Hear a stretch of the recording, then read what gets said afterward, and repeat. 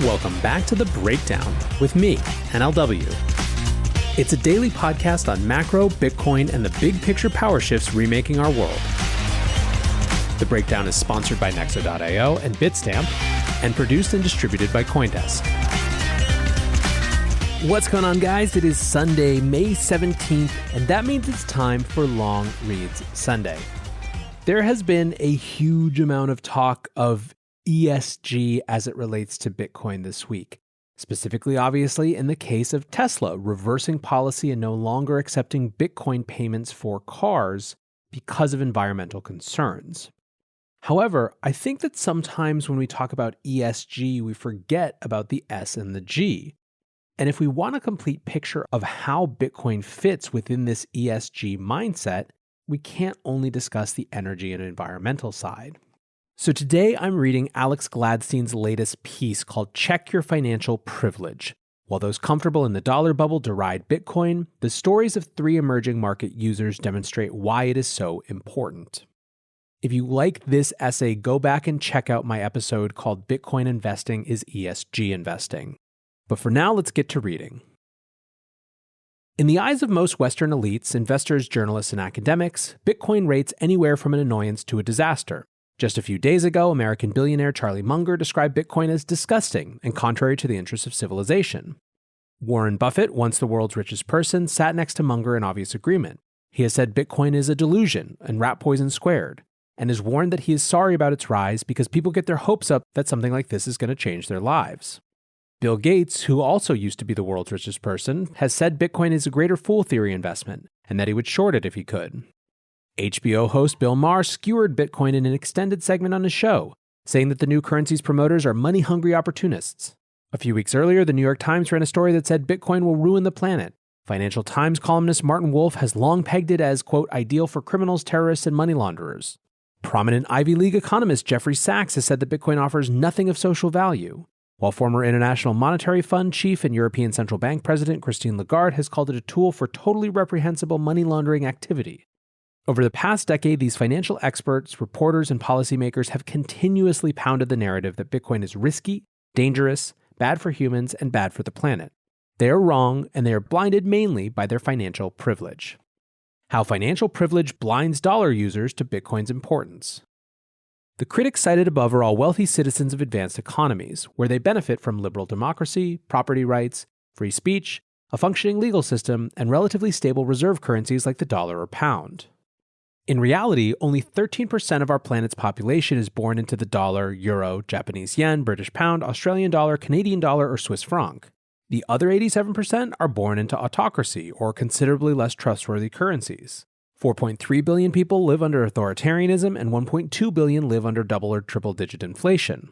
Critics in the dollar bubble miss the bigger global picture, that anyone with access to the internet can now participate in Bitcoin, a new money system with equal rules for all participants, running on a network that does not censor or discriminate, used by individuals who do not need to show a passport or an ID, and held by citizens in a way that is hard to confiscate and impossible to debase. While Western headlines focus on Coinbase going public, Tesla buying billions of dollars worth of Bitcoin, and tech bros getting fabulously rich, there is a quiet revolution happening. Until now, governments and corporations have controlled the rules of money. That is changing. To learn more, the author spoke to Bitcoin users in Sudan, Nigeria, and Ethiopia, three countries with a combined population of 366 million, well in excess of the number of individuals living in the United States. The three speak for millions whose lived experience is much closer to that of the average person on the planet. Gates, Munger, and Buffett may not have recently dealt with conflict and violence, black markets, relentless inflation, political repression, and rampant corruption in their daily routine, but most do. And yet, these Bitcoiners are more hopeful for the future than the doomsters listed above. For them, Bitcoin is a protest, a lifeline, and a way out. Here are their stories. Bitcoin in Nigeria. Ire Idiranoken is a Nigerian entrepreneur. She is a front-end developer and user interface designer from Lagos and is the co-founder, COO, and vice president of engineering at Bitcoins, a cryptocurrency exchange that went through Y Combinator in 2018, and is now one of the most popular places to buy Bitcoin in West Africa. She is a prolific writer, speaker, organizer, and activist, and one of the founding members of the Feminist Coalition, a group that champions equality for women in Nigerian society. Ire talked about Nigeria as a melting pot, like the US of Africa. 3 big ethnic groups dominate the country, but the population is split into hundreds of different tribes. This is a strength, but also a challenge, as it is hard to bring so many different people together. The country is governed through a predominantly Muslim north and a predominantly Christian south, and the national leadership rotates between these constituencies. Nigeria has the largest economy in Africa and the largest population with more than 200 million citizens, but much of that wealth is tied to the export of oil. Just like many rentier states, there is massive corruption and inequality. While the fabulously rich jet set around the world, 6 Nigerians are impoverished every minute. People who have wealth and power, Ire said, do not let it trickle down.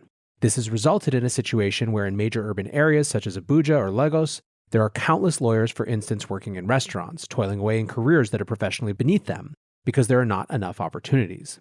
Millions head to the big cities for jobs, only to come up empty-handed. As a result, Ire said the country struggles with unemployment, especially among the youth. 62% of the population is under 25 years old. Out of this crisis, however, are upsides. She credits Nigerians with being incredibly entrepreneurial.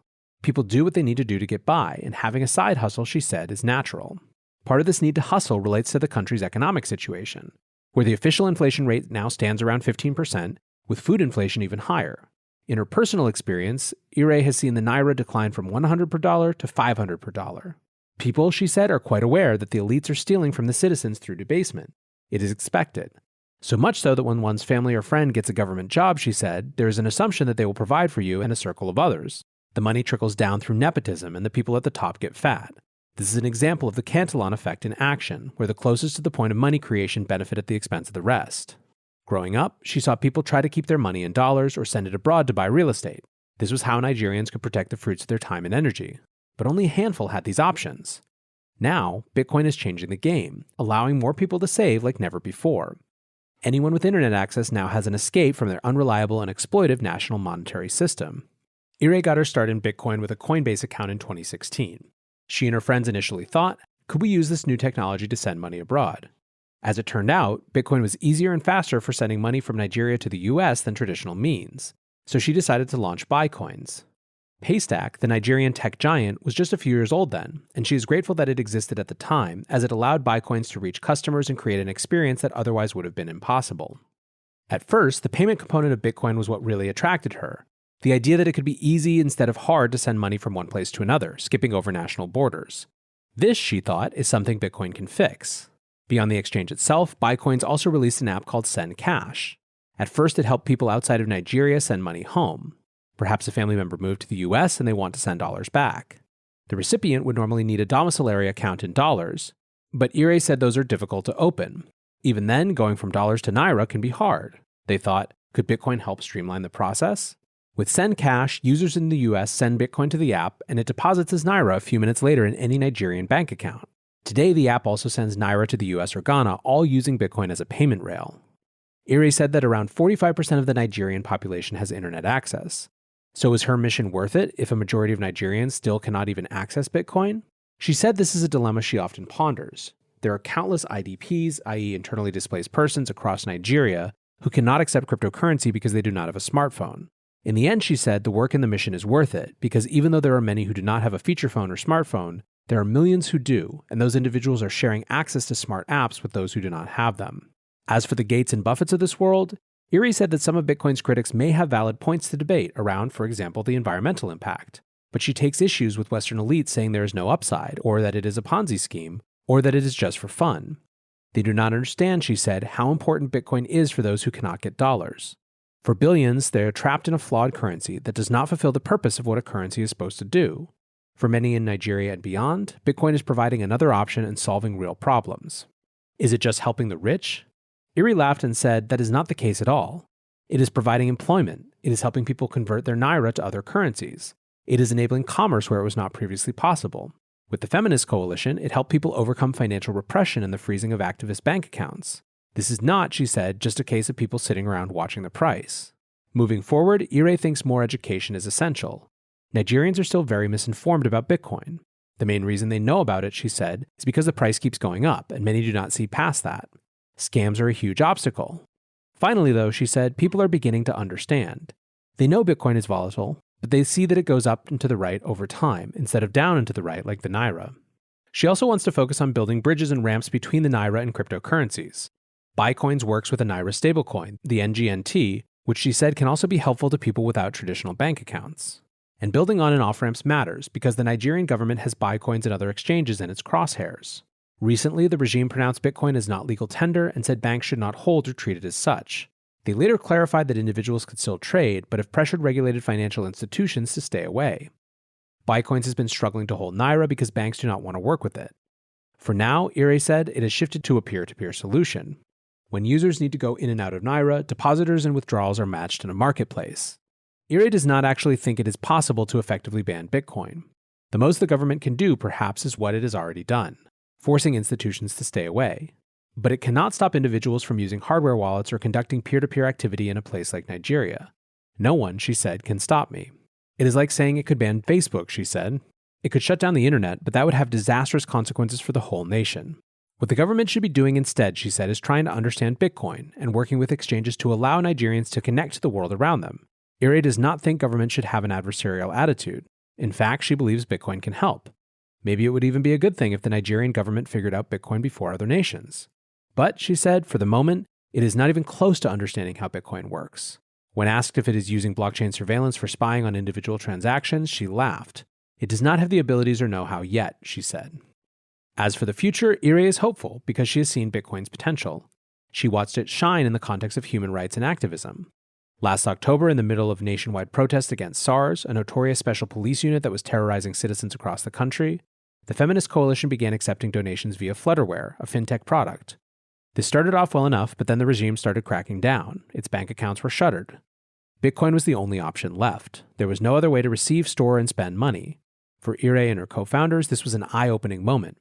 They ended up setting up a BTC Pay server to process gifts from around the world in a way that avoided address reuse and protected donor privacy.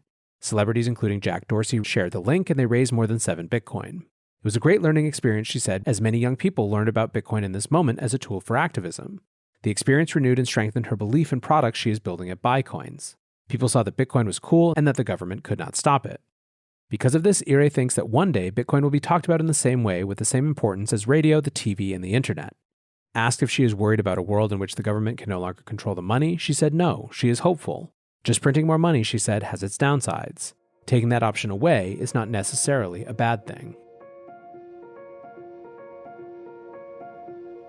Looking for the best way to unlock your crypto's liquidity? Nexo.io is exactly what you need. Borrow against your digital assets at just 5.9% APR. Earn passive income with yields of up to 12%. And swap between more than 75 market pairs with the instant Nexo exchange. Try the Nexo wallet app to get the whole 360 degrees of crypto banking. Get started at Nexo.io. Secure, regulated, and reliable, Bitstamp is the cryptocurrency exchange of choice for more than 4 million investors and traders worldwide. Since 2011, Bitstamp has been a trailblazer in security, head of the class in personal customer service, and dedicated to making buying crypto fast and easy. Whether you are investing on our desktop platform and mobile app or trading on our speedy APIs, Bitstamp gives you all the tools you need to reach your crypto goals. Visit bitstamp.net to learn more. Bitstamp, for all the ways we crypto. Bitcoin in Sudan. Mo, also known as Sudan Hodl, is a Sudanese doctor. He currently lives abroad in Europe practicing medicine to support his family back home. Mo sees his country with brutally clear eyes. He described the capital of Khartoum as a crowded, diverse megacity, filled with pockets of extravagant wealth, surrounded by an enormous belt of poverty. It is a city of contradictions, he said, where palatial residences sit next to utter destitution. Mo has worked in Darfur, where he described the lack of development as simply stunning. There is no educational or health infrastructure. During his time there, he was one of 3 or 4 doctors treating hundreds of thousands of people. There was a total lack of primary care and there were no pediatric hospitals. He was treating women who suffered from fistula. The national ruling class, he said, did not invest in these places. Warlords ultimately filled the power vacuum, with the youth choosing violence instead of school as a way to get ahead. Mo told a tortured history of his country. Sudan, he said, had been living through a vicious cycle of military coups and authoritarian rule ever since gaining its independence from the British Empire and losing its fragile first democracy. Islam, Mo said, did not come to Sudan by violence but through traders and Sufis. He said his Muslim ancestors historically had a peaceful interpretation of their religion. But in the 1980s, the rise of Saudi Arabia's oil wealth led to the export of the extremist and militant ideology of Wahhabism to many parts around the world, including Sudan. Wahhabism was foreign to Sudan's culture but was forced into the country's political structure. In 1983, military governments had allied themselves with the Muslim Brotherhood and imposed Sharia law, alienating a predominantly Christian and animist South. A democratic revolution in 1985 was short-lived, as Islamists led by Omar al-Bashir staged another coup in 1989, paving the way for 3 decades of his rule. Society was militarized and the intelligentsia were purged. Now, if one spoke out against the regime, Mo said they were not just speaking out against them, they were speaking out against Islam. They were against God himself. This gave Bashir an excuse for his brutality and new jihads against ethnic minorities. Since colonial times, minorities in South Sudan and Darfur had resisted authority from strongmen in faraway Khartoum. The seeds of this tension were planted in the 1950s when these populations fell under post-colonial Arab rule. Over time, these minority groups rebelled, only to be violently subjugated. The bloodshed peaked in Darfur in the early 2000s when Bashir committed genocide, using the Janjaweed militias to murder hundreds of thousands and displace millions of people. This triggered the US and EU to increase sanctions against Sudan, cutting it off more deeply from the outside world. Mo thinks it's important to share Sudan's economic history, often overshadowed by the political story. In addition to the extreme inequality on display in Khartoum, there's a bigger picture of low-income workers trying to catch up to high inflation, while those closer to the regime managed to do well.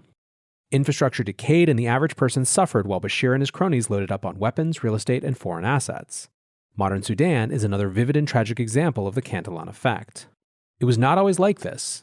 Mo said that under the gold standard, 3 Sudanese pounds once bought $1.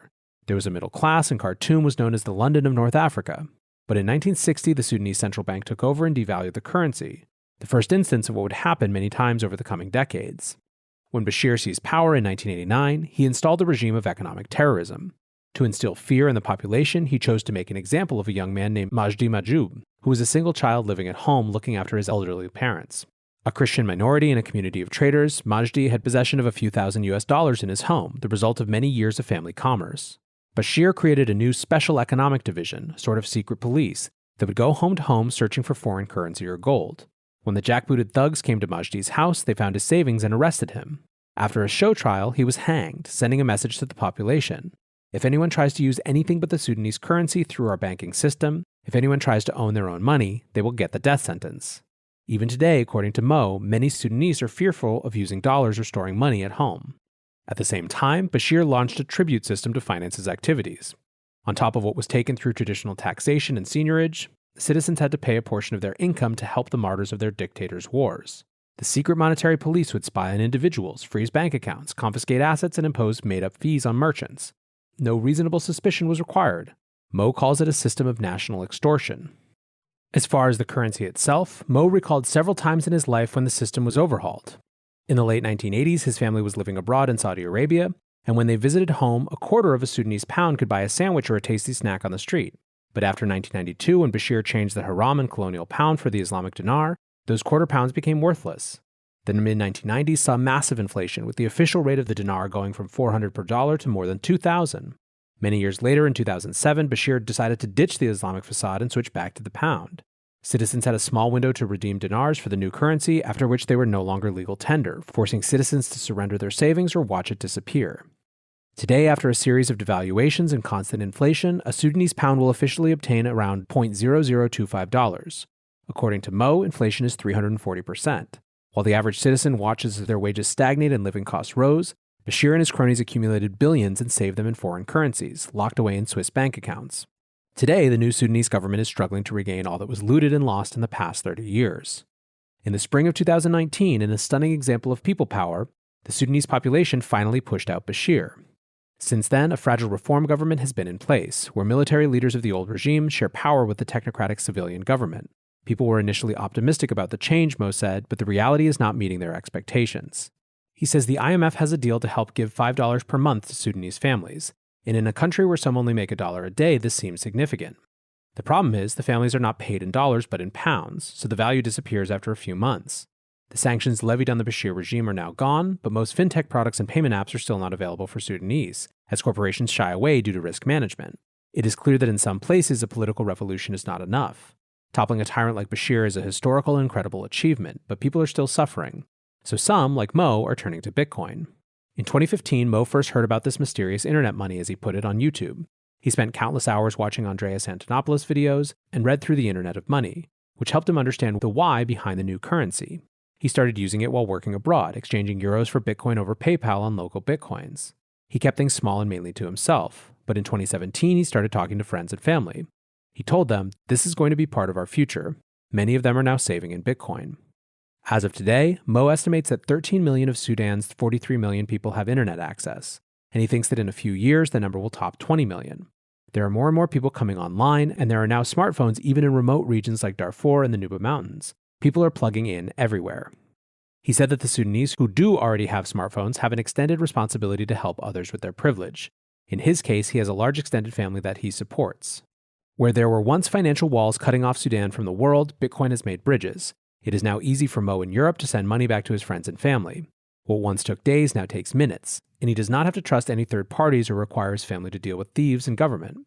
Mo is just beginning to see how massive the Lightning Network will be for Sudan because most users will be in the micropayment space, setting transactions of $5 or $10, and will not be able to afford the increasingly high on-chain fees.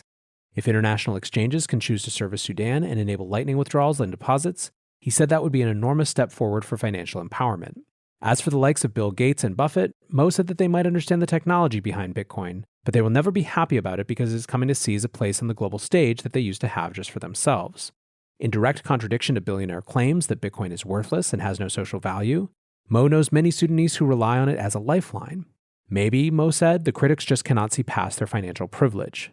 For Mo personally, Bitcoin has been transformative. He has started a podcast in Arabic for Sudanese youth to talk about Bitcoin, money, freedom, and the future of their country.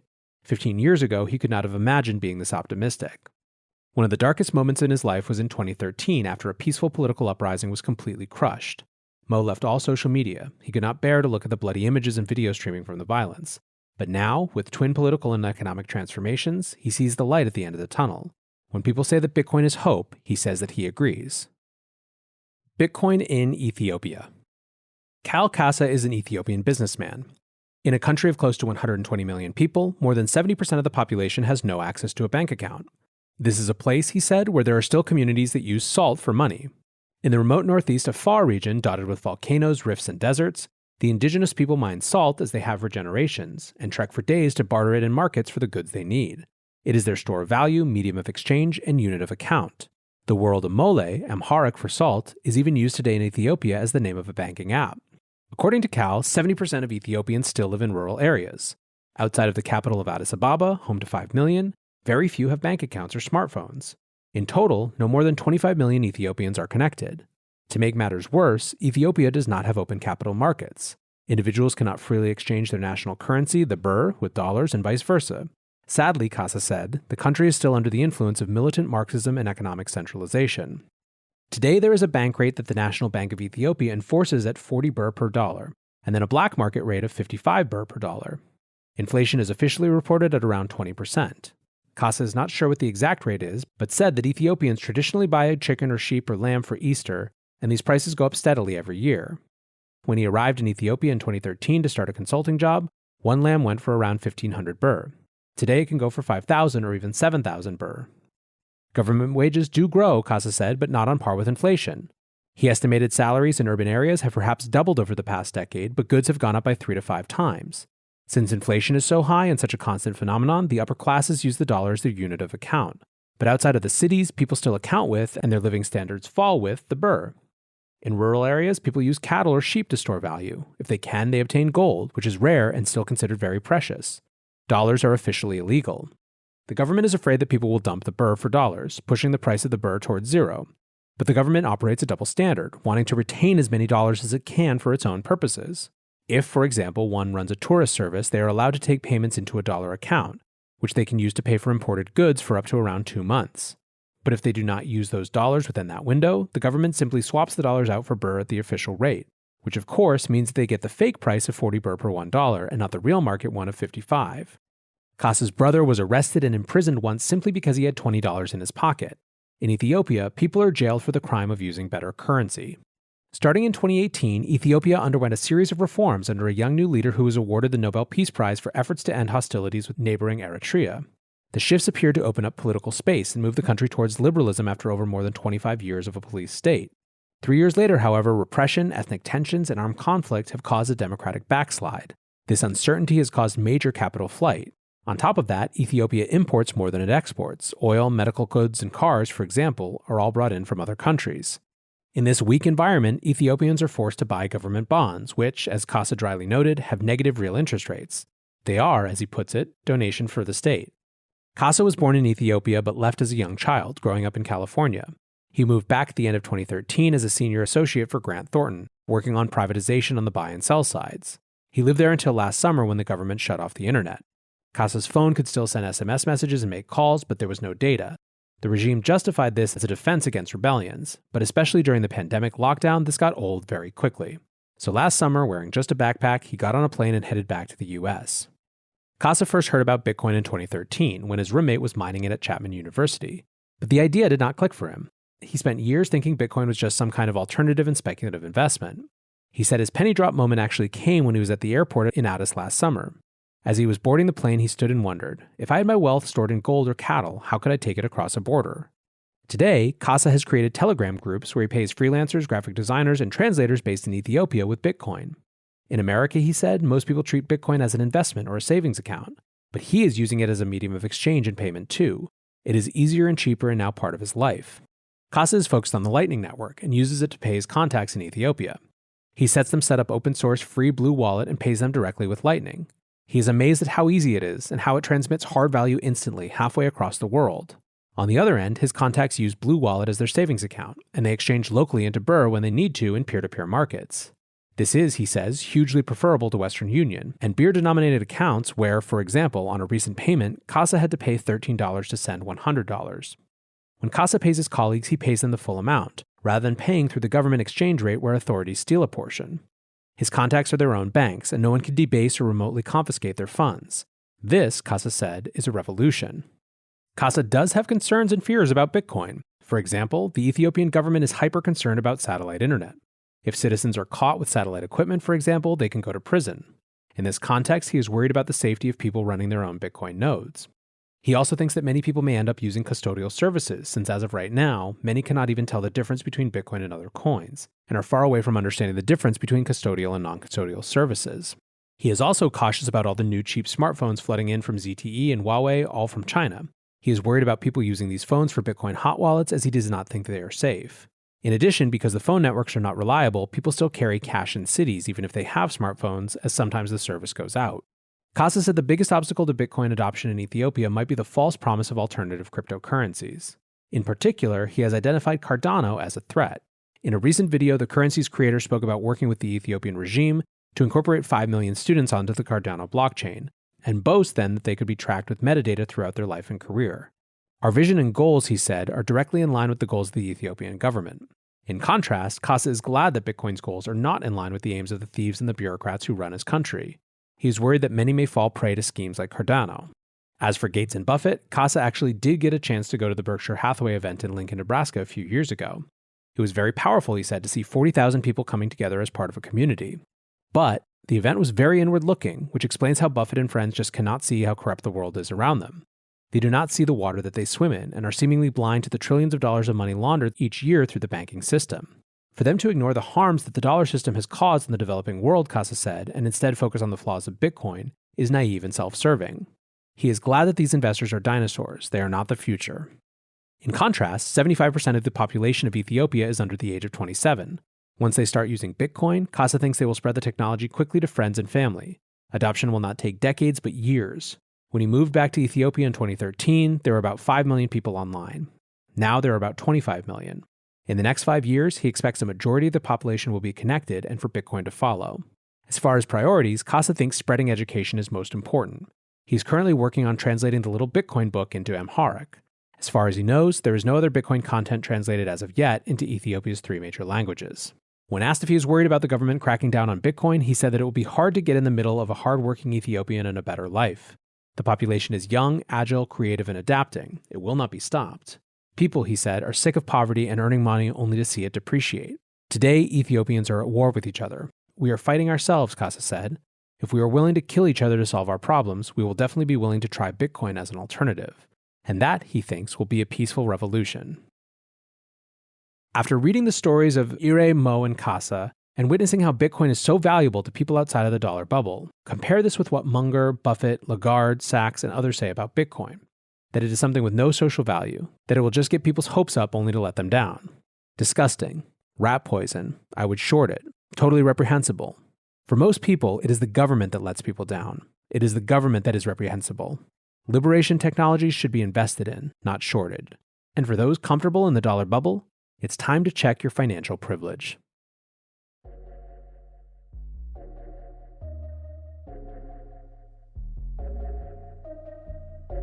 We're witnessing the greatest paradigm shift in finance in modern history.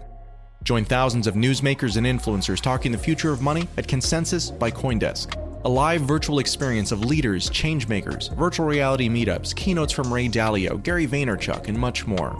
Get an up-close look at the boom in crypto, the surge in institutional investment in Bitcoin, the NFT mania, the breakneck innovation in decentralized finance, and the coming disruption from central bank digital currencies. The Breakdown listeners can visit events.coindesk.com and use the promo code BREAKDOWN to save $25 today. Join us May 24th through May 27th for Consensus by CoinDesk and register today at events.coindesk.com. Thanks for listening, and we'll see you there.